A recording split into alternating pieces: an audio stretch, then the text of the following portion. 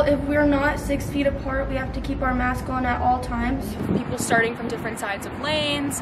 Everyone has carabiners to hang up their bags along the fence to kind of keep everyone apart. But whenever we go out to the weight room, we make sure that everything's sanitized before we get in and after we come out. And for example, when we're on the field, we stay away from the other sports. And even when we're just walking here, we stay away from the other sports. In swimming, what we do is we do the 6-foot rule. We have kids starting on both sides of the pool, and we have a kid starting in the middle of the pool.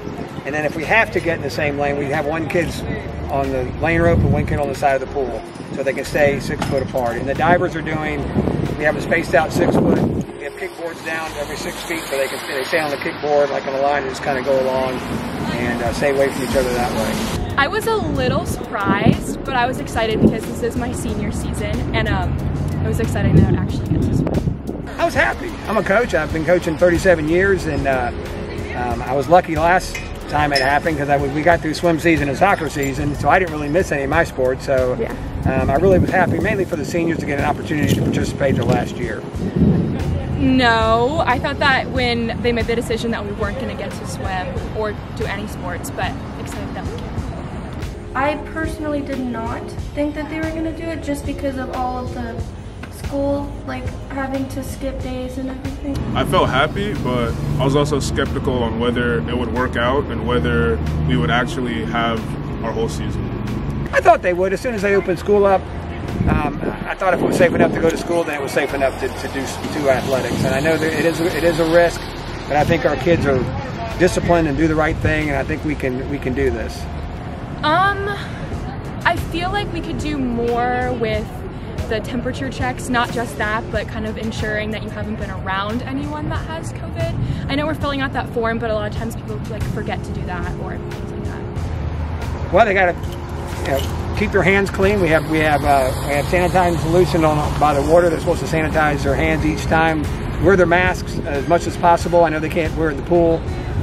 Stay socially distanced as much as possible, and just use common sense like they do at school. In meets, there's probably going to be more people, like people who want to watch the events, and that would be like more people gathering together. But I think that they're already planning for that and trying to limit the number of people that are going to attend. So during the game, there are a lot more people there. There's the ball boy, there are the people working the chains, and there are also like the doctors and medics there also. So I feel like we need to make that more socially distant, and also when it comes to the fans in the stands, I feel like at our game we did a good job of making sure that everyone was distanced, but at other schools some people just didn't have a mask, or people were all crowded up with each other. I think there's going to be a lot more people at game.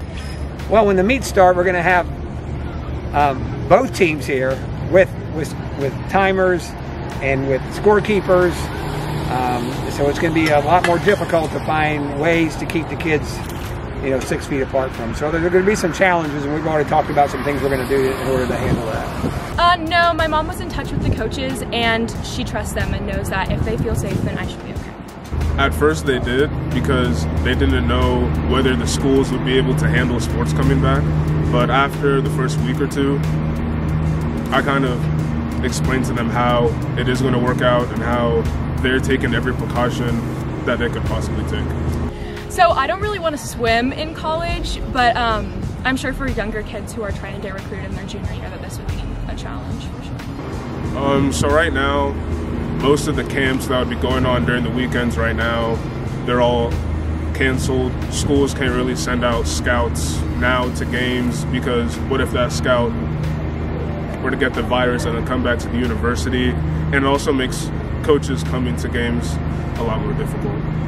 I would be upset, especially since this is my last year, so. It would definitely be heartbreaking, because not just me, but all of my fellow seniors like Xavier and Chris and Jacob, we've worked so hard for these 4 years to watch it all culminate into this season, and for it to end for variables that we can't control, it would be heartbreaking. But at the same time, as a team, we understand that there are more important things in the world than football, and if football has to end for other people to be safe, then we're willing to do that.